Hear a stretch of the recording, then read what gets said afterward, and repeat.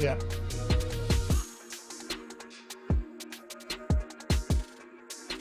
Hey, good morning and welcome to the Stochastic.com MLB Strategy Show. I'm Dave Loughran at Lafayette_D on Twitter, joined by Adam Scherer at Ship My Money DFS. Fellas back on a heater, coming off a little PGA win yesterday.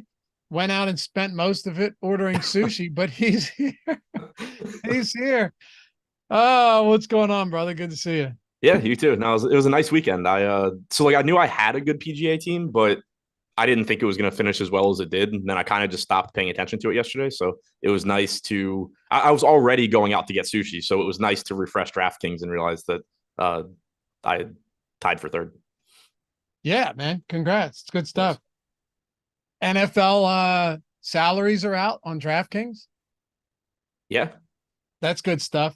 I was looking at I'm the sure totals. that'll make I'm sure by the time week one rolls around, that'll be great where, there's like 3 running backs that minimum. Oh my salary God, I know. Well, I mean, you look at the Jonathan Taylor situation, right? Like, good chance he doesn't play in week 1. I think he's playing, but he might, but now he's talking about dealing with, like, he didn't pass the physical and he's dealing with back pain and requested. I didn't see all that. Yeah, that's why they put him on the PUP list. And it's like, sure, he could be ready for week 1, but it is weird, right? That he had apparently reported back pain and then didn't pass the physical, put on the PUP list, and then requested a trade like 2 days later. So he's just jamming the entire Ben Simmons playbook into like a week. Into 1 week. Yeah, exactly. It's exactly what it is. Yeah. And he's like, these Colts fans are just too tough, then you'll really go hard. Right. But, crazy things are going to happen. So it's fun to look at salaries now, but like not everything is going to be meaningless. There's going to be guys that right now are good plays and are good plays come week 1, but then you're also just going to get training camp injuries. You're going to get preseason injuries. It happens every single year, but it's still fun to look at. I mean, dude, look at the totals in these games. Everything is basically 44 and under, and then you just have the Dolphins and Chargers at 50.5. Sounds about right. Yeah, pretty much. But I don't know. I look forward to it for sure. Hopefully you guys are as well. Been churning out best ball drafts. Have some fun with those as well. We'll talk about how you can get, a lot of free money by doing them and just double your bankroll for best ball or for pick'em at the same time later on in the show. But before we do, how you feeling today, dude? We got 9 games to get into on a Monday coming off the weekend. Feeling tired, like I need a nap from food, but other than that, I'm good. I hear you. Yeah, I made some bad food mistakes this weekend. I'm gonna reset this week. Got to reset. I always say that after the week. I'm like, all right, we'll reset. As long as I can get through most of the week eating well, then it comes back to the whole, I'll treat myself. Right. Well, the problem for me, and it's the case this week, if Saturday's my bad day, great, because I'll have leftovers from Saturday or hangover food or whatever on Sunday and be good. The problem is I have leftovers from last night's dinner, so I'm not eating well today to start off the week either. I mean, I'm eating well, but I'm not eating well. Right? Yeah, you're eating expensively. You're not. Maybe not. I mean, it can't be that unhealthy. Well, it's fried rice. It's not great. Yeah, it's fried rice with I don't remember what in it, but it's definitely not good for me. Anyway, happy to have you guys with us. We got 9 games to dive into. Hopefully you had a good weekend as well. Coming back energized, refreshed. Not me. Mondays are the worst. I feel great all weekend. It's Monday that I wake up and I just go, boy, have I made some mistakes. But we're here. We're professional about this. And we've got to talk about all of these games today. You got the Deeper Dive Live before lock later in the day as well. But we set the table, lay the foundation. All of the tools on Stochastic are updated. So let's dive into it. First up, Adam, let's make this one happen with Milwaukee and Washington. The Brewers minus 205 on the road against Washington and Jake Irvin. You've got Corbin Burns going today, and only 12% ownership going to him. He's 10-2, 19.2% top pitcher probability or top 2 pitcher probability in the top pitcher tool. That ownership, even though Washington isn't a huge strikeout team, does seem kind of low. He's not priced egregiously high. There aren't a ton of really expensive pitchers but the ownership, just to set the table for you before I turn this one over, the ownership heavily going to Morton, Kirby, Glasnow, Pivetta against Seattle with the strikeout matchup is getting some. All the way down at 12.9% is where Corbin Burnes is sitting right now. Yeah, it's a little bit surprising to me just because he is a good pitcher. It is a good matchup, at least in terms of Washington being a pretty weak offense. His strikeout numbers are down this year from past years. He has been better recently. Overall, 25.5% K percentage, 3.91 xFIP. I know there were some concerns that maybe he was tipping pitches earlier in the season. So that combined with him having a track record of being an even better pitcher than he has this year makes me think he is likely to outperform his current numbers over the rest of the season. But it is a tough strikeout matchup. Washington's active roster against right-handed pitching this year, only an 88 WRC plus, but second lowest strikeout percentage at 18.7%. The only team that has struck out less against right-handed pitching is Cleveland. So you do have that. And you do also, in this price range for only a few $100s more, have Tyler Glasnow against the Yankees. That game's in New York. So, you do have, in Burnes' case, the concern is like the strikeouts aren't necessarily there. In Glasnow's case, it's that he's facing the Yankees in New York. But 2-1 ownership gap between Glasnow and Burnes. I have no issue getting to a little bit more Burnes. Like you said, 19% chance of being a top 2 pitcher. Overall, he does look good here. Yeah, I think so too. I mean, look, a guy like Corbin Burnes got off to a start this season where you were kind of questioning it, but what was going on, but he has still been solid. Last game against Cincinnati, fine. But prior to that, he had been cruising through the entire month of July. You come out, you get a strong performance at sub 13%. That starts to look pretty interesting.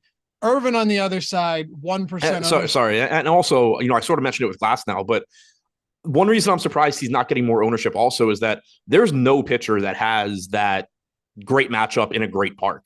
There is good pitching on the slate in terms of talent, but Morton versus the Angels, not safe. Kirby against the Red Sox, Abbott against the Cubs at 10K. I mean, I'm just a little surprised that some of these guys are getting as much ownership as they are compared to Burnes. Yeah, that's a good point. Jake Irvin, not surprising that he's getting 1.8% ownership here. He is dirt cheap, one of the cheapest arms on the slate. More expensive, I think, only than Austin Gomer, who's going in Colorado against the San Diego Padres. So naturally, he's not going to profile all that well. But anything for Irvin today? If not, we could definitely get into talking Milwaukee, or I guess if you want Washington bats, but I don't think you're going to see a lot there. They're dead last in top stack probability in the top stack tool at 1.5%. Yeah, I mean, the only thing for Irvin is he's cheap and he's got a decent strikeout matchup in general. Milwaukee, 93 WRC plus against right-handed pitching, but it's purely the salary. Maybe he gets into a lineup here or there. He's getting 2% ownership, 18% strikeout percentage, 5.35 xFIP. Certainly not anybody I'm actually intentionally trying to roster. Rich B said, Irvin's been better. Milwaukee's just a blah offense. Why not take the shot? That's sort of why not is he still sucks, but there's nothing about him that projects to be good. There's no reason to think he is good. Why not take the shot? If you need a pitcher in that price range, sure, hope that you get lucky and Jake Irvin somehow pitches well, but not looking at it like, oh man, I hope I get some Jake Irvin tonight. And by been better, he's had one strong game over the last month. Yeah, and when you are absolute garbage, it's not hard to be better. Yeah, just don't be as bad as you've been. Right. Yeah. But, I mean, yeah, on the same token, though, both of these teams, we have the Brewers 9.5% top stack chance. That's third highest on the slate in Washington against Irvin today. Are you on board with that? Because they're getting, aggregate ownership on them is also second highest on the slate. Yeah, probably a little bit overowned, but they're third in top stack percentage, second in stack score. They are not particularly expensive. Their 3 good hitters are Contreras, Yelich, and Adames. They're relatively expensive. 5,300 for Yelich, 45 for Contreras, 48 for Adames. But you also get the benefit of Contreras and Adames playing weak positions, so it's always nice to get to them anyway. You have Carlos Santana now, who isn't great, but it's another left-handed bat. Sal Frelick, not a ton of power, but a top 100 prospect. He's up. He's reasonably priced. Irvin certainly had issues with left-handed power this year. 237 expected ISO, 357 expected WOBA, only a 17% K percentage.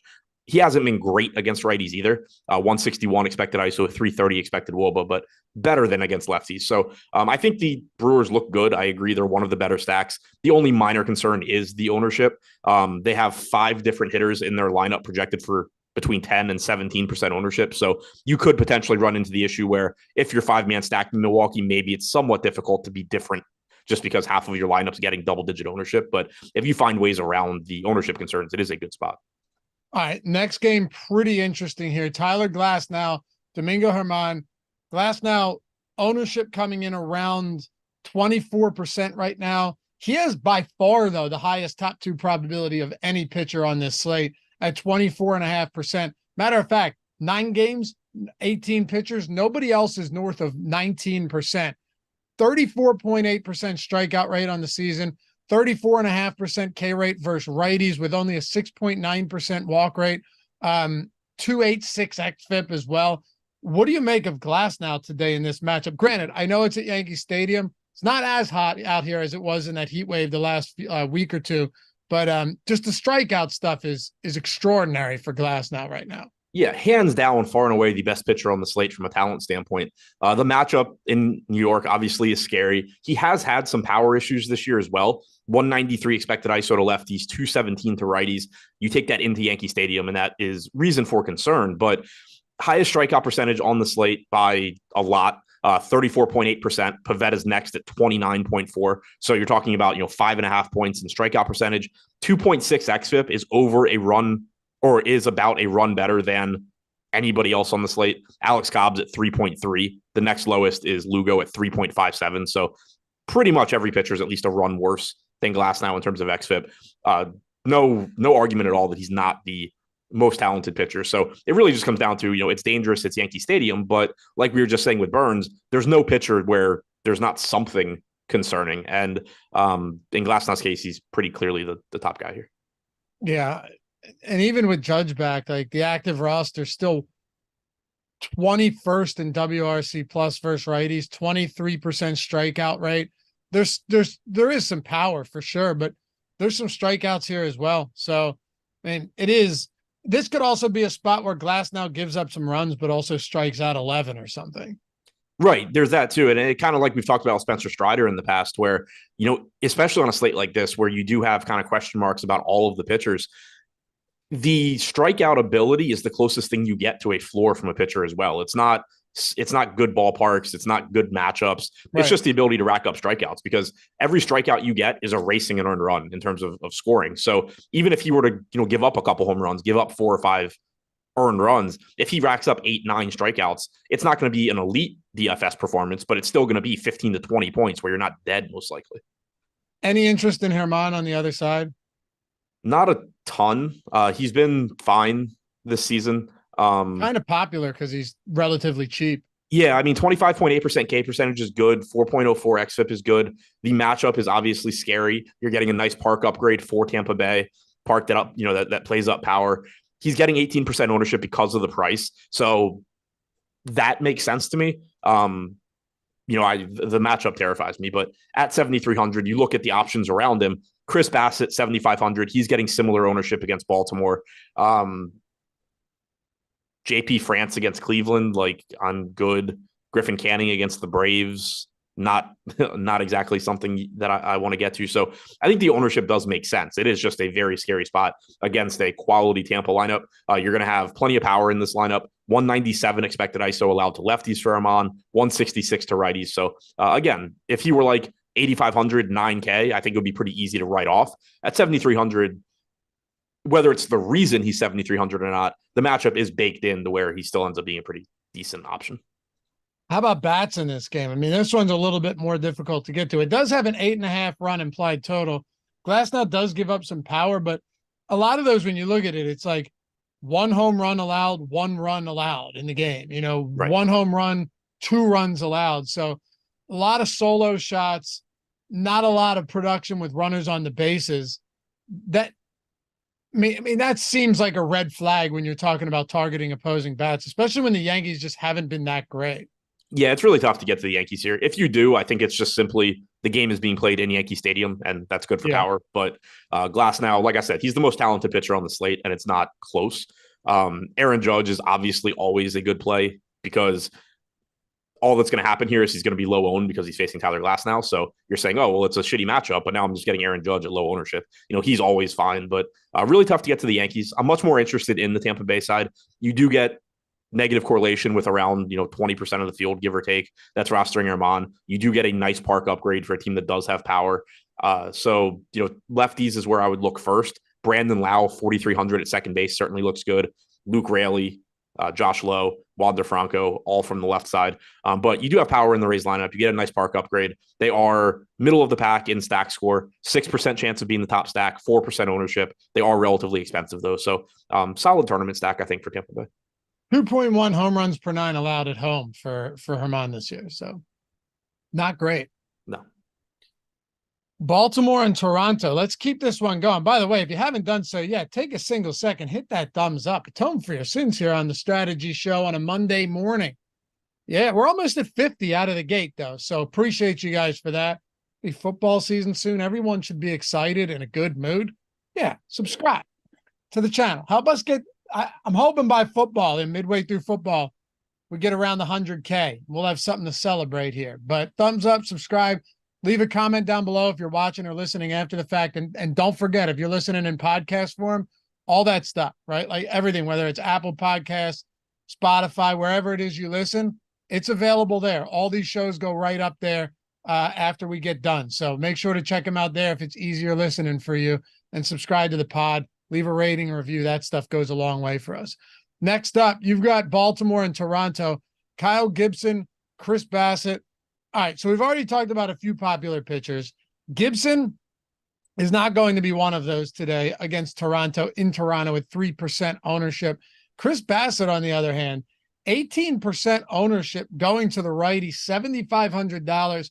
So you've seen a lot of these price points, whether it's Domingo Germán or Chris Bassett, who we can talk about now. Just like the low 7K price point is bringing some ownership out for them today. Yeah, it's a scary spot for Bassett because he has given up a lot of power to lefties. 226 expected ISO, 262 actual ISO allowed, and Baltimore has tons of left-handed power with Rutschman, Henderson, Santander, O'Hearn. But this park has been really bad for home runs in general this year, and lefties in particular. Only an 87 home run park factor at the Rogers Center this year. They did change their dimensions in the offseason, so and it wasn't really clear the impact it was going to have on home runs. It was a lot of like, well, we moved this wall in, but we raised it 4 feet. So it wasn't really clear exactly how things were going to go. But so far, it's definitely made it more difficult to hit home runs. So this game being played in Toronto as opposed to Baltimore, certainly a positive for Chris Bassett. The price tag is nice. 4.2 implied run total is, it's a modest implied run total. So that's nice to see. I'm not going to have a lot of confidence in Bassett, but I think he is very comparable to Domingo Germán, where I don't have confidence in Germán either in Yankee Stadium, but the price tag is nice. It's low enough that it does alleviate a lot of those concerns that you had mentioned. And then also, again, there's no pitching on this slate that you don't have some kind of concern about. So getting the Bassett around 18% makes sense to me. He's a good enough pitcher, 22% strikeout percentage overall this year, 4.39 xFIP. Gibson on the other side, much more difficult to make a case for. 4.8 implied run total for Toronto. It's a right-handed heavy lineup. It's in a park that, has downplayed power this year, like I said, but Gibson just, not a lot of strikeouts. The Blue Jays have a lot of power and don't strike out a lot. 21.8% K percentage, 167 expected ISO, 325 expected WOBA to righties this year. Not bad numbers. I think Gibson is someone I saw somebody mentioned using Gibson as a pivot to Nick Pivetta in chat. He's getting 1/8 the ownership of Pivetta. So if you want to look at it like, hey, I'm stacking a popular team, I need to save ownership somewhere. Maybe Kyle Gibson will go 7 innings, strike out 4 guys, give up 1 run. Certainly in his range of outcomes, but nowhere near the same strikeout stuff that Pivetta gives you, or that a lot of other pitchers give you. So a bad strikeout, a below average strikeout pitcher in a below average strikeout matchup against a good offense is a really tough sell. Pitching's also really interesting in this slate because you have a lot of good pitchers and a lot of good pitchers just not in great matchups. Like Stroman's not the greatest fantasy pitcher, but he's getting around 9% against Cincinnati. Alex Cobb against Arizona. Burns against Washington, which from a strikeout standpoint, it's whatever, but he's not very popular. And then, Pivetta, you've been mentioning Seattle a lot. Like, yes, Seattle offers a lot of upside for opposing pitchers, but a lot of downside as well. So just look like George Kirby at 25% against Boston. It's a weird spot where nobody's standing out getting like massive ownership. We can talk about Morton, but then just a lot of good pitchers in not ideal spots that you might just have to bite the bullet and get to. Yeah, exactly. It's just one of those slates where there's talent, but it shouldn't surprise anybody if it ends up being one of those slates where like you're just like, damn, I wish I hadn't needed to roster a starting pitcher today because they're all giving up 3+ runs. Yeah, for sure. All right. Well, do we have anything on Kyle Gibson? Other than what I just said? Sorry, I thought you were still talking about Bass. Try and read chat here. Where are the stack scores coming in at for these teams today? Toronto 5th. Yeah, 5th in stack score. 6% chance of being the top stack, 5% ownership. Baltimore is 8th, 4% chance of being the top stack, 4% ownership. Both offenses are fine in tournaments because of the upside that they have. You also, in the case of Baltimore, do get that negative correlation with around a fifth of the field, just like you do at Tampa. But that's kind of the other weird thing about this slate is outside of the Coors game, or really, I guess, outside of the Padres against Austin Gomber in Coors, everything's pretty flat. We have a 10% chance of Atlanta being the top stack. That's second highest. Again, San Diego running away with everything. But it's another one of those slates where like there's not a ton of bad pitching on this slate.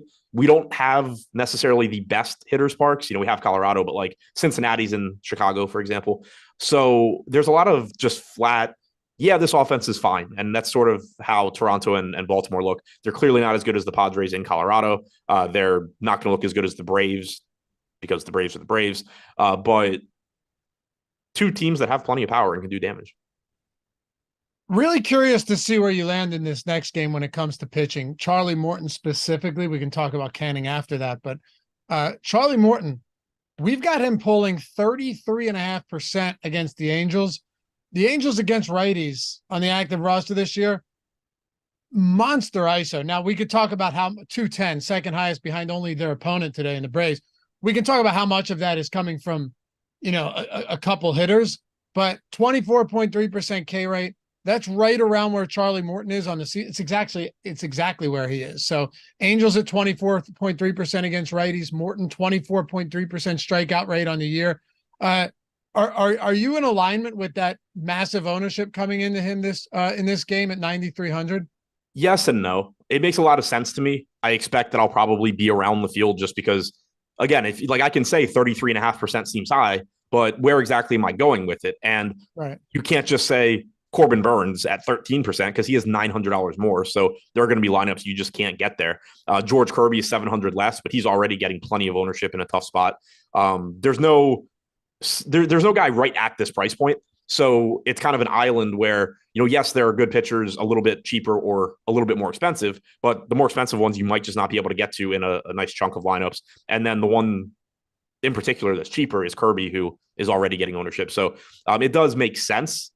It's just another spot where like I'm not comfortable with it, but it makes sense. You also are not getting the Angel, the solid Angels lineup going forward that we're going to have. I'm assuming they're not going to have Crone and Grichuk today. So you don't have Trout back. So you're talking about, Shohei Ohtani is going to basically make this an above average offense because he is so good. Mickey Moniak's been solid, but it's not the most dangerous lineup when you're probably going to have Luis Rengifo leading off. Taylor Ward's out after getting hit in the face by Alek Manoah. Rengifo leading off, bottom of the order, with Trey Cabbage, Chad Wallach, Escobar, Velasquez. Certainly leaves a lot to be desired right now. It's going to look a lot better a day or two from now. But I completely get why Morton's getting the ownership. I guess it's just one of those where like it certainly has the potential to, you look at your lineups and go, why the hell did I play a 33% on Charlie Morton against the Angels? Like that would have been such a good spot not to be at. But realistically, I don't know how to get away from it. With that in mind, though, is there any merit at all, though, to getting to the Angels then here? You mentioned it's a watered-down Angels lineup, or at least we anticipated being a watered-down Angels lineup. Morton's still a strong pitcher. I mean, 33% owned. It seemed a little high. You make some good points though, particularly given how watered down this lineup could look today. But is there any interest in Angels bats outside of the obligatory Shohei Ohtani is always a good play? Yeah, I mean, Ohtani individually obviously is great, but still, I mean, the Angels are just another team, 4% chance of being the top stack, very similar to Arizona, to Baltimore, to Cleveland, who we haven't talked about, to Cincinnati. They're getting 3% ownership. So, I mean, yeah, there is still merit to it. Then you're also getting the negative correlation against Morton, but it's just another team with a 4-run implied total. Ohtani is obviously the piece you really want, but the other thing that's nice about the Angels is Ohtani's expensive, Moniak's expensive. The next most expensive guy after those two in their projected lineup is Hunter Renfroe at $3,900. So you can put yourself in a situation where, you get a 5-man Angel stack and everything else that you put in your lineup around them is very high upside, pitching, one-offs, mini stacks, whatever you're doing elsewhere. And it just creates a situation where it's like, well, yeah, the Angels are low probability. They're facing a good pitcher, but when they come through, man, I have some really good looking lineups. So that's always appealing. It's kind of like we were talking about with the Mariners every time that they play. So there's that. Also worth noting, Charlie Morton's been extremely reverse splits this year. 20% K percentage to righties, about 29% to lefties. And then in addition to having a strikeout percentage about 9 points higher to lefties, only a 106 expected ISO and a 289 expected WOBA to lefties, 200 and 373 respectively to righties. Now, obviously the best hitters in this lineup are left-handed, so that's a point in Morton's favor, I guess. If you're stacking the Angels, I'm not saying to get away from Ohtani and Moniak, but it does make Renfroe in particular look really, really interesting. He is the only right-handed power bat in this lineup, though. So again, it sets up as overall from a split standpoint and what Morton does well, it sets up well for Morton.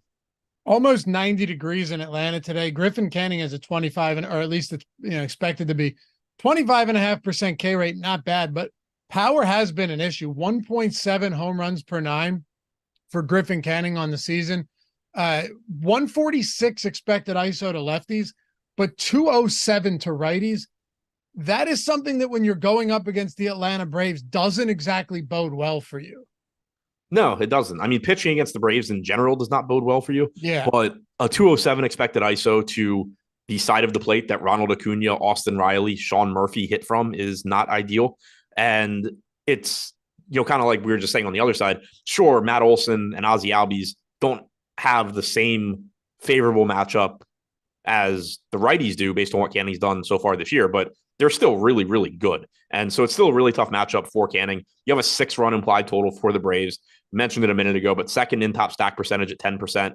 They're middle of the pack in stack score, or 6th in stack score because they're so expensive. It's still very, very difficult to 5-man stack 1 through 5 on this team because of how expensive they are. But you can 5-man stack them using the bottom of the order. And it's not like the bottom of the order is bad with Ozuna, Harris, Rosario. Like these guys still give you upside. You can also 2-man, 3-man stack them if you're going to a cheaper offense on the other side. So getting to Atlanta obviously is going to look really good in terms of individual ownership. Ronald Acuna leading the way at 16%. Everybody else, Albies is 6%. Everybody else is 4% or less. So at the very least, very nice contrarian one-offs. Yeah, and as you mentioned, aggregate ownership to 5% right now, 10% top stack probability, second highest behind only the Padres against Austin Gomber. I mean, that's an obvious one. They're going to lead the way in everything, but Atlanta's got a total sitting around 6 right now in a great hitting atmosphere against a pitcher that gives up a lot of power. I guess what you're saying too is just it would make sense to find ways, even if you can't stack 1 through 5, to get exposure to this Atlanta team today. Yeah, it's a team that I've had trouble getting to pretty much all year, which has been really, really, really annoying. Like I get to Acuna a good amount and I don't really get to a lot else, which is what the field's projected to do as well. But the idea of it is fantastic. I mean, the idea of let's say you stack Milwaukee, right? They're pretty cheap. And then you just are able to grab a 3% owned Matt Olson or a 3% owned Sean Murphy or, whatever, 3% owned Austin Riley. Any of that is extremely appealing. So we'll get to this next game, but before we do, I was talking on Saturday night just with some people on Twitter, just followers, random followers. We were going back and forth. I had posted a best ball lineup that I did. I think you mentioned that you saw that tweet where it was just out of control. And I was landing. I mean, it just landed a spectacular team across the board. And people are like, yeah, dude, you're Friday and Saturday nights where people maybe had a few too many. And now they're sitting down on the couch watching baseball or doing whatever it is they do and drafting best ball. Let me tell you something, Adam. It seems like on Friday and Saturday nights at the right time, there's at least a couple people in all of these drafts that just should not be drafting at all, man. Oh yeah. I mean, last summer, I remember it got to where on Friday nights, I like if I wasn't out myself, I would just stay up, sit on the balcony till like 4 a.m. doing drafts because like I couldn't stop because in every one, it was just like half of this draft room just got home from the bar for like and had been there for hours, clearly. Yeah, I know. And the thing is, someone's like, yeah, it's great when you're sober and you got some people in there that are lit. And I was like, yeah, listen, I was sober enough. Right. I wasn't. Yeah, see, that's the other thing. Or, Friday night, if I went to the bar, had a few drinks and came home, it's like, well, these people still had twice as much to drink as I did. Exactly. Like I still completely understood enough to throw a tweet out there and go, hey, I think this is a good lineup. Right. But drafters right now, I'm telling you right, dude, it's definitely softer than some of the other best ball formats.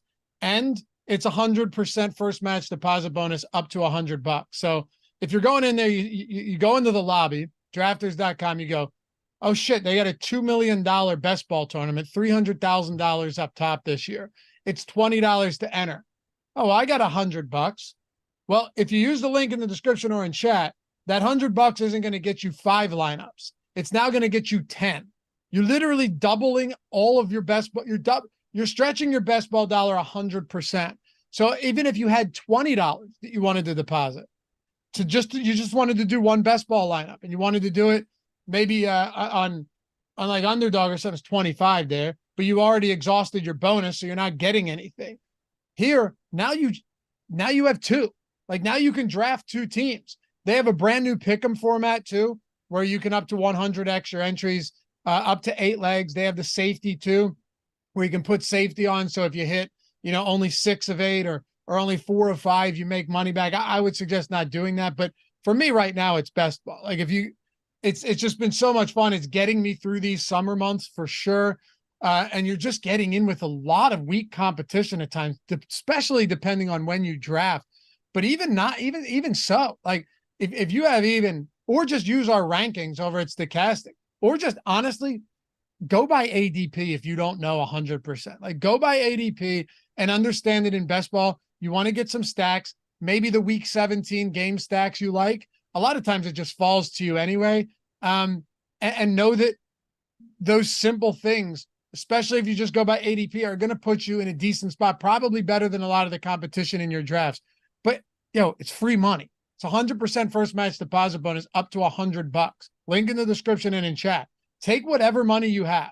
I would say minimum 20 so you can make sure to get at least 2 entries, 1 and then 1 for free. But if you have 100, even sitting on another account that's just sitting there and you're not using it, put it here, double it. Now you've got 10 entries where you had 5 before. And if you haven't been doing best ball yet, perfect time of year to do it. Don't listen to anyone who's like only draft best ball closer to the start of the season or do it early.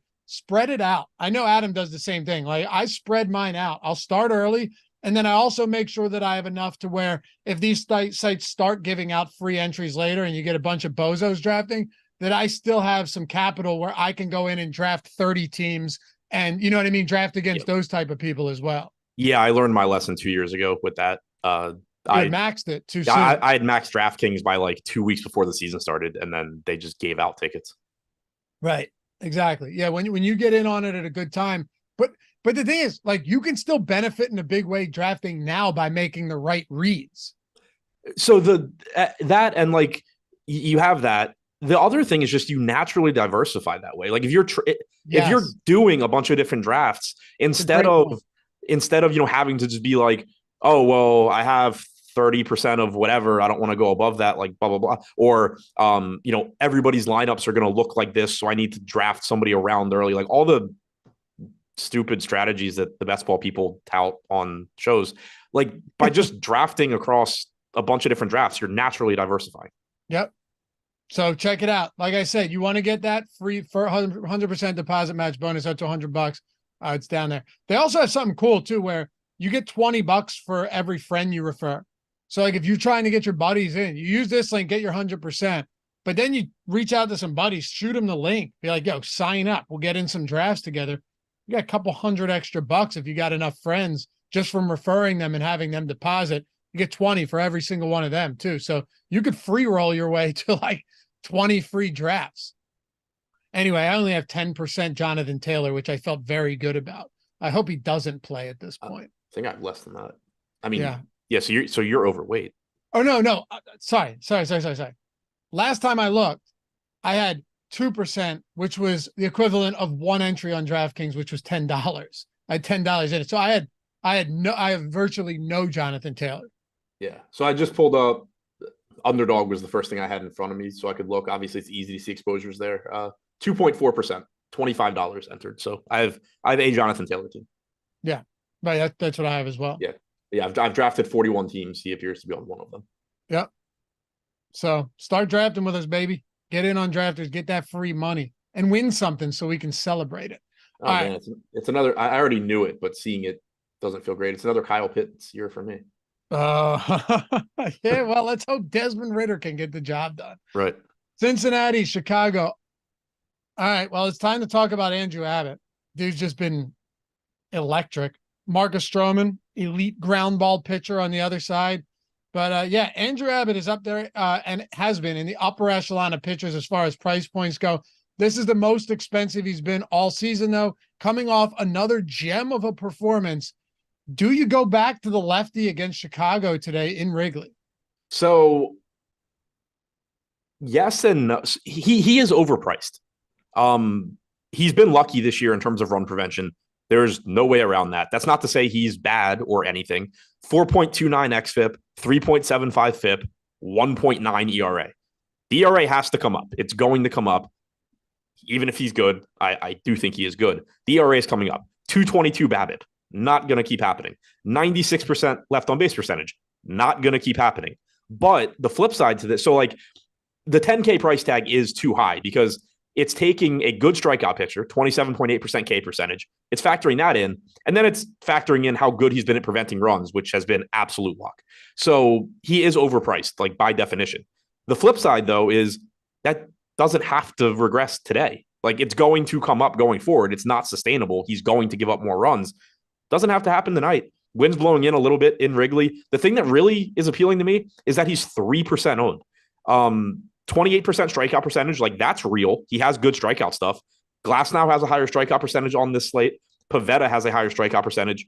That's it. Nobody else has better strikeout stuff. So at 3%, like his median projection does not warrant a 10K price tag. But if you just happen to be stacking like a cheap offense and can get to Abbott at low ownership, it still makes sense in large field tournaments just because it's 3%. Even if it ends up being like 6 or 7%, which I think is likely, 3% is really low.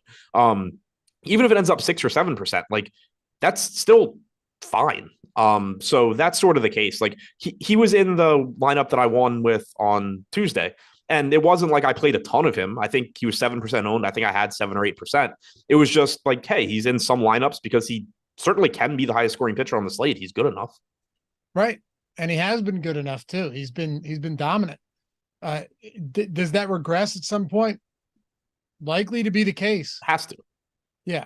But the thing is, it would be much different if you were talking about somebody that strikes out like 22% of hitters and has also been very lucky at preventing runs. You're talking about a well above average strikeout guy that's been very lucky at preventing runs. So the strikeouts are there. It's just a matter of, does he happen to give up a normal amount of runs today or not?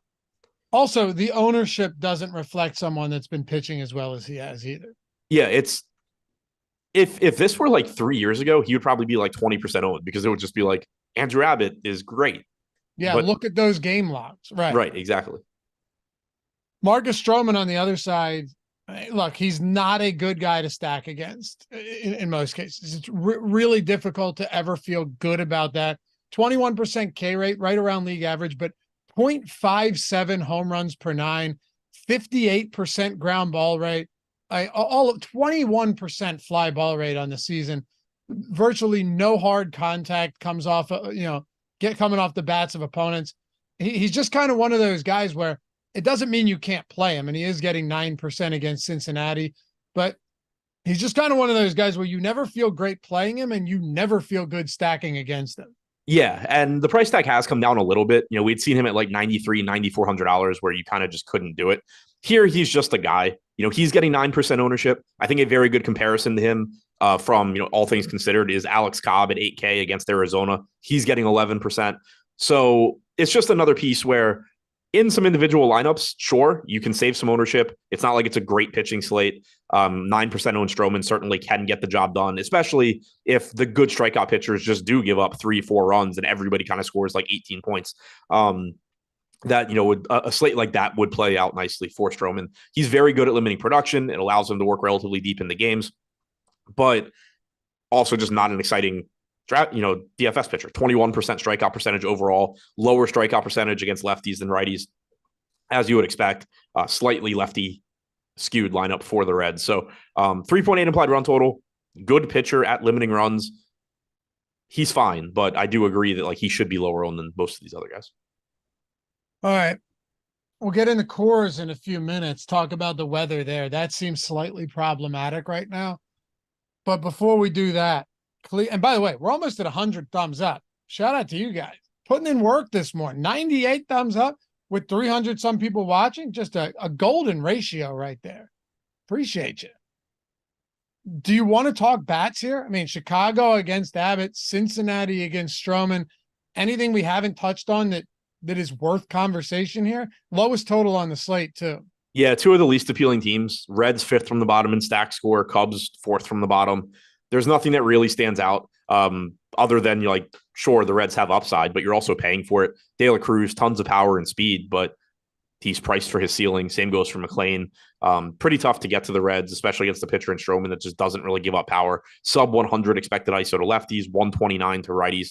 On the other side, Abbott, good strikeout stuff like we mentioned, has allowed a 190 expected ISO to righties. So, there's that if you wanted to try and grab some right-handed power. You have Suzuki, Happ, Swanson and Morel, probably the guys I would want to get to first.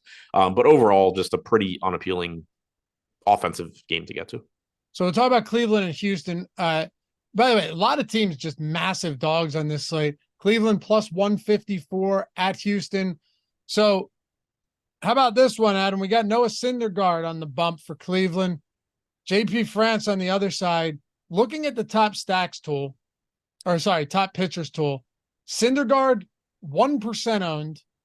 I won't even get into anything else. I won't waste your time with this. I can tell you that he's down there in the basement with Austin Gomber. All right.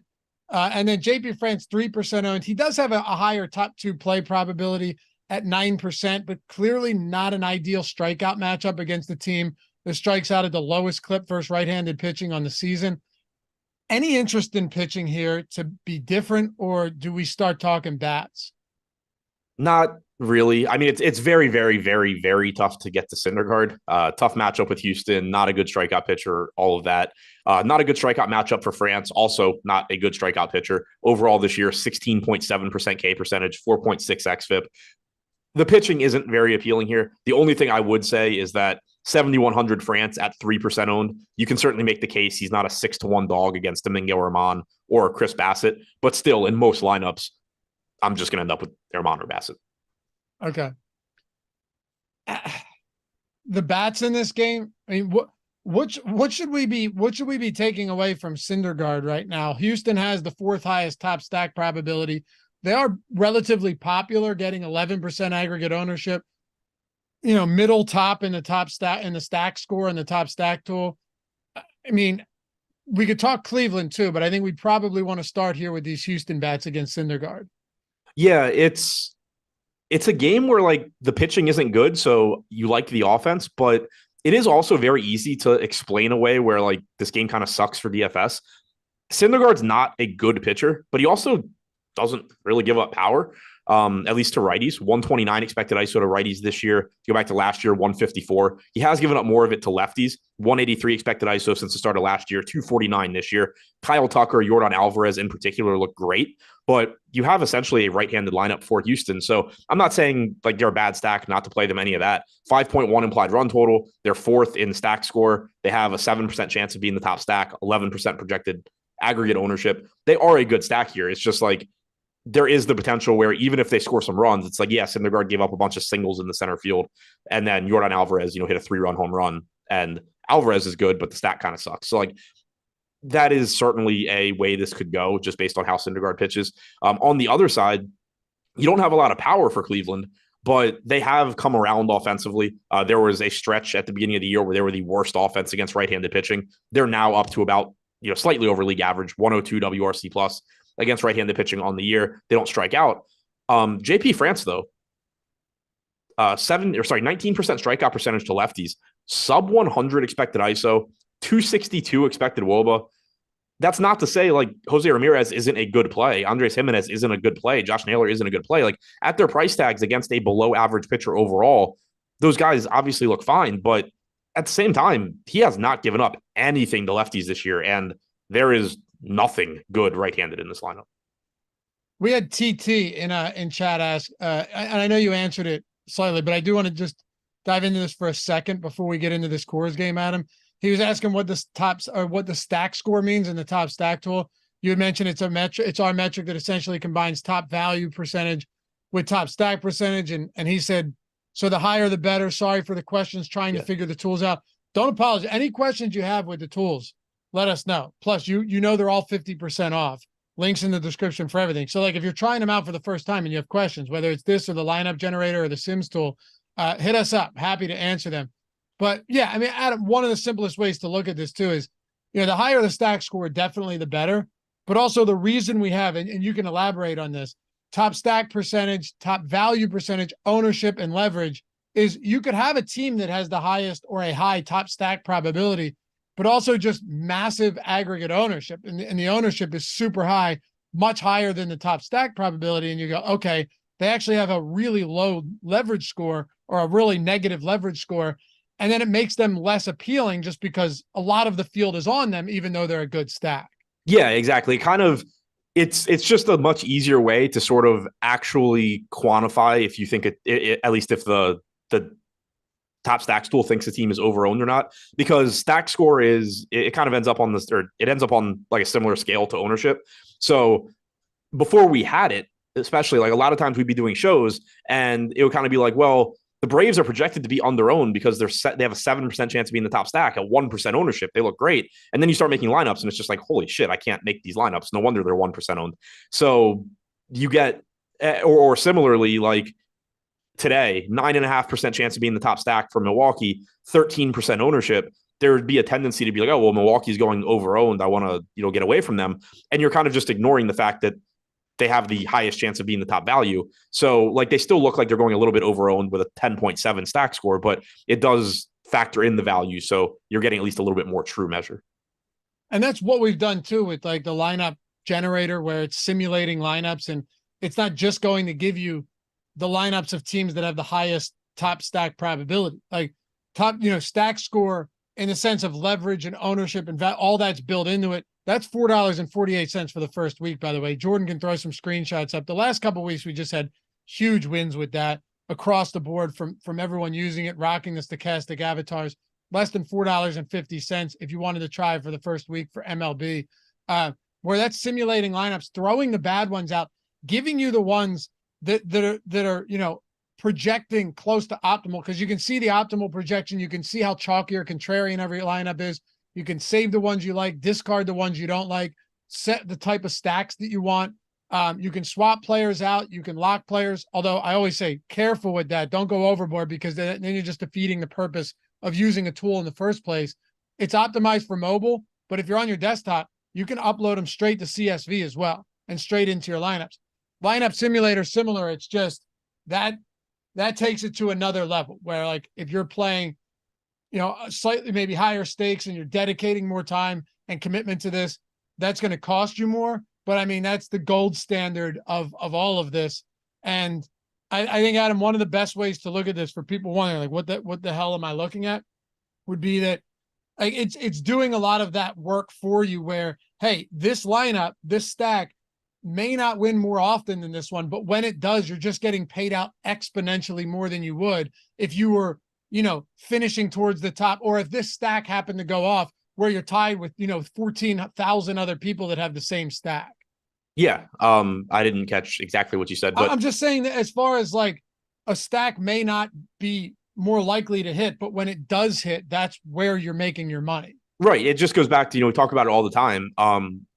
You're not, the point in DFS, in tournaments at least, isn't to be right the most frequently. It's to get paid the most when you are right. And right here doesn't mean you're saying, I think this team is great. It's, I think this team is going to put me in a position where when they do well, I can win a lot of money. So it's about, positioning yourself for strong payoffs more so than trying to, get your endorphins going and feel good because the hitters you played scored a bunch of points when everybody else is, and you're just, still losing money. Yep. All the tools in the description and in chat, big discounts on everything if you're a new user for your first week or your first month. San Diego and Colorado, Seth Lugo, Austin Gomber. How worried should we be about the weather right now? Very. Sean V mentioned it in chat, and I replied, like, this has, the way it looks right now, this has the potential to be an absolute nightmare for DFS because it looks like it's supposed to, like, pour and flood during the game. The game starts at 8:40 Eastern, so an hour and a half-ish, after lock. So you're probably, like, I assume the weather report going in the lock is going to be, there's a bunch of storms and they could, the timing could change.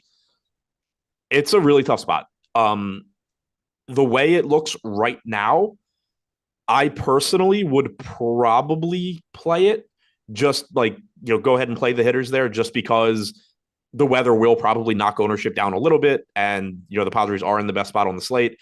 But a lot's going to come down to how risk averse you are. A lot's going to come down to an updated weather report.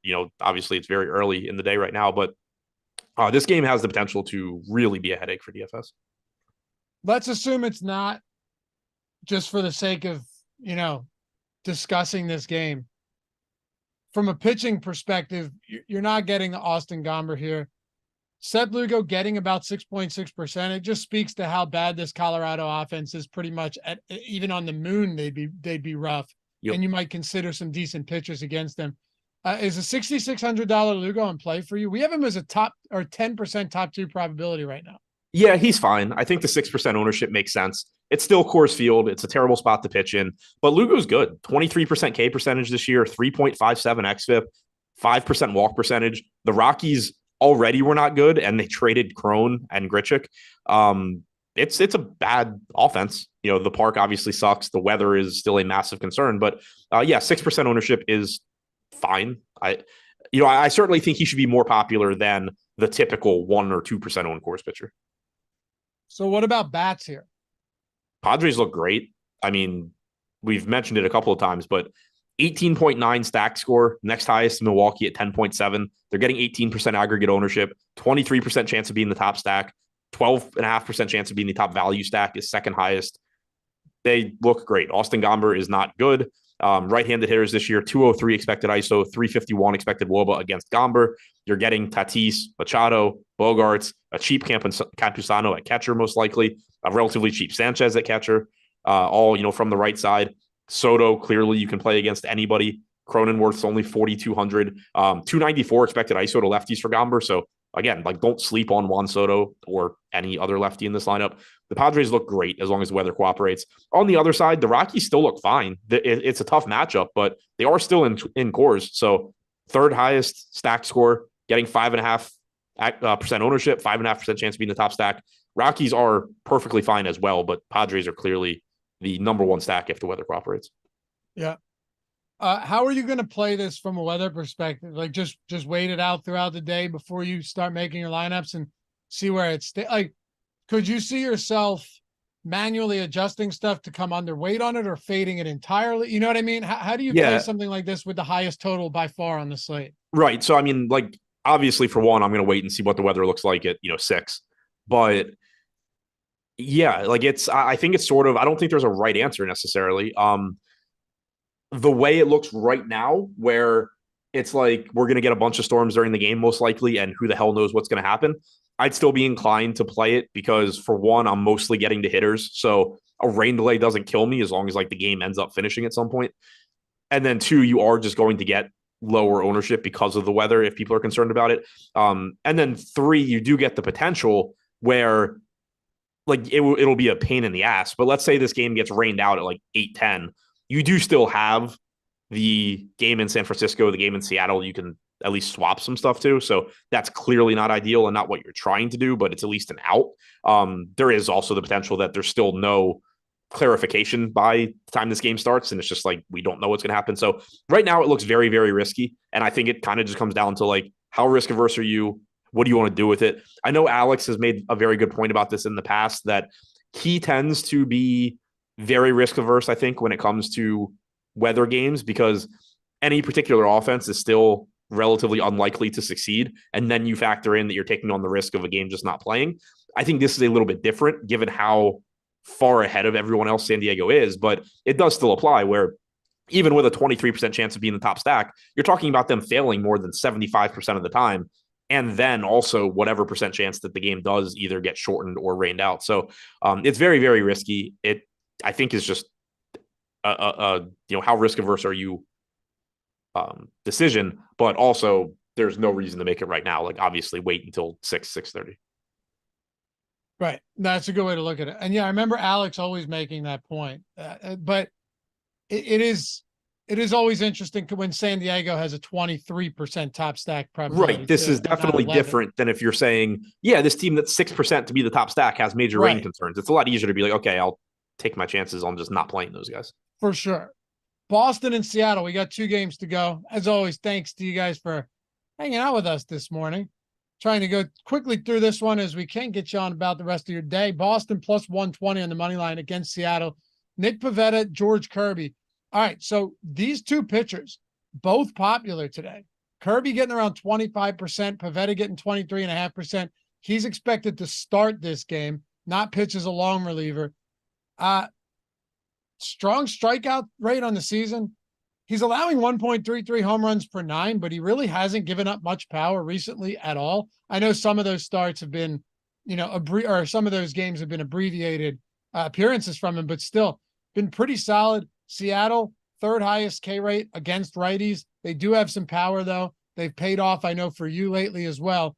What do you do with Pivetta? And then what do we do with Kirby, who it's hard to know what you're going to get from this guy from start to start, but we do know he's very good. He can pitch deep into games. Once in a while, he just has some blow up performances, but overall, still one of the better pitchers at a better price point on this slate. It seems like every Mariners game is the same thing where it's like, well, I like the pitching, but I also like the bats because there's so much upside. The last week or so, yeah. Right. So starting with the pitching, like this is one of the best games for pitching. George Kirby, $8,600, one of the most favorable pitcher parks in baseball in terms of run prevention. It's about average for home runs, 99 park factor over the last 3 seasons. $8,600 price tag is fine. 22.5% K percentage, 3.6 xFIP, one of the most efficient pitchers in terms of pitches per plate appearance in baseball because he only has a 2.4% walk percentage. So that allows him to work a little bit deeper into games. His K minus BB percentage is better than every single pitcher on the slate, with the exception of Tyler Glasnow. So, like, there's a lot to like there. The concern is that he has allowed a 212 expected ISO to left-handed hitters, and he's likely to be facing Duran, Yoshida, Devers, Casas, Verdugo. There are quality lefties in this Red Sox lineup, but at 8,600, he looks good.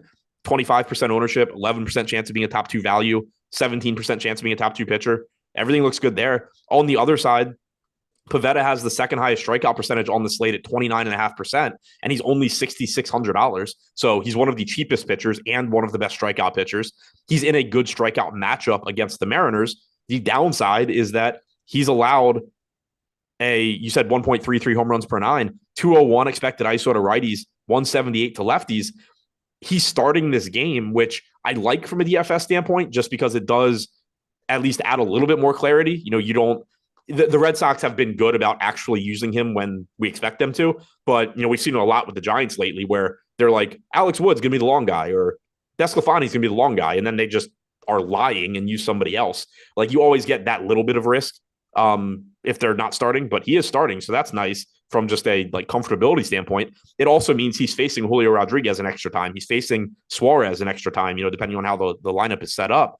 And he does give up power, but those risks are just mitigated by the fact that you're talking about a pitcher priced like Kyle Gibson, who has the second highest strikeout percentage on the slate. Absolutely. Also, very favorable pitcher's park. Right. Yeah. League average in terms of power, but one of the best at preventing runs. Yeah. So, it makes it interesting. Where would you right now?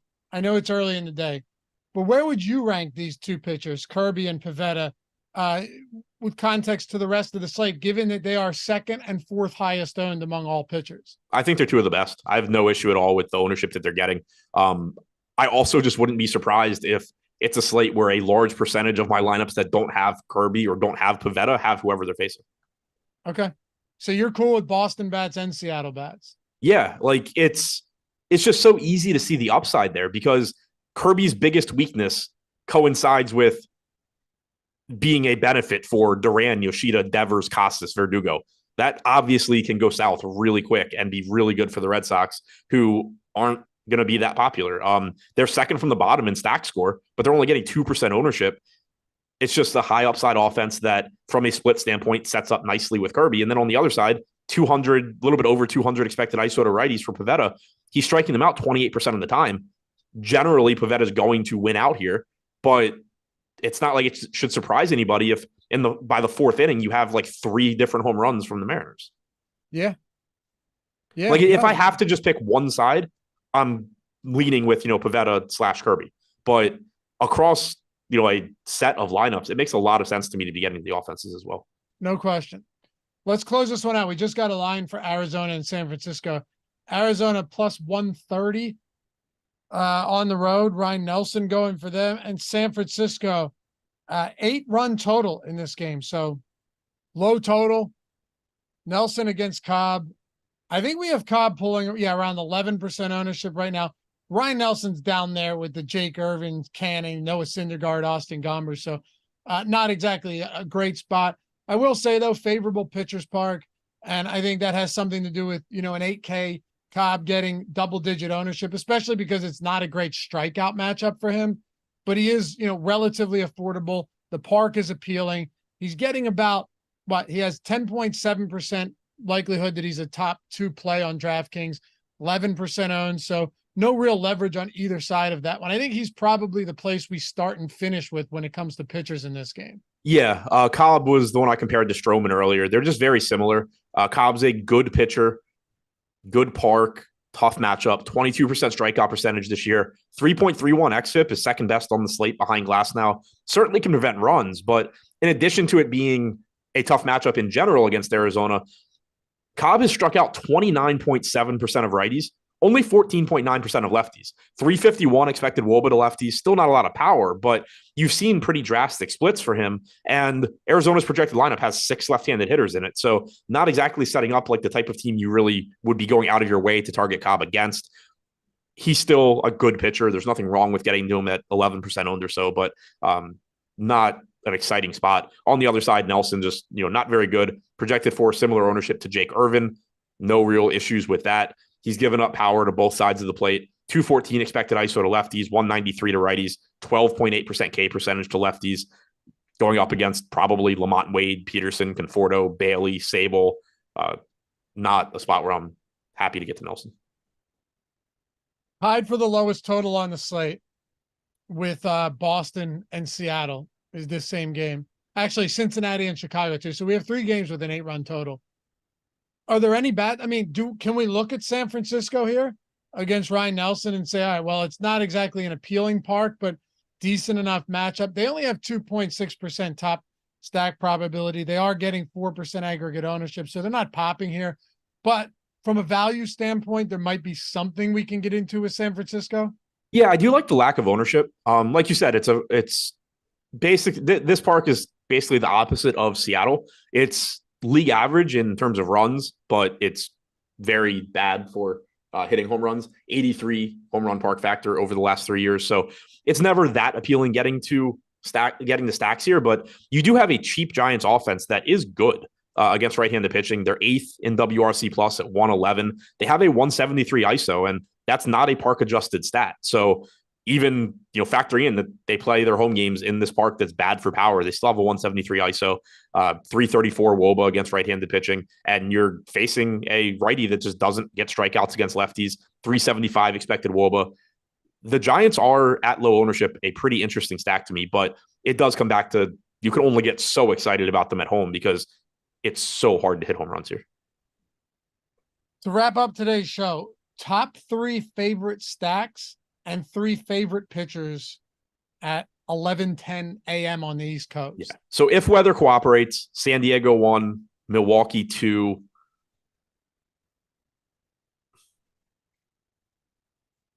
I mean, I want to say Atlanta, but from a stacking standpoint, I think they're very tough to get to. I'll go San Diego 1, Milwaukee 2, Houston 3. If weather does not cooperate, then Milwaukee, Houston, and I'll throw in Tampa Bay against Domingo Román in New York. Okay. If you guys, pitchers, Glasnow, Pivetta, and Morton. All right. Hey, thanks to you guys for hanging out as always. Links to everything in the description. And if you're looking to get some best ball drafts in, looking to check out Drafters Pick'em, 100% first match deposit bonus up to $100. Get some free money. It also supports the show and helps support us for all the free content and everything that we put out. Can't do it without your guys' help. You know that already, and we appreciate you always for helping us with that. So if you're looking to do it, click that link in the description, sign up, get some free money in the process, and help your boys out. Help support the show. Help support Stochastic because we had an NFL season. We'll see you guys back here. Have a great rest of the day. Deeper Dive live before a lot coming up later tonight. And we'll see you back here for the next one. Peace.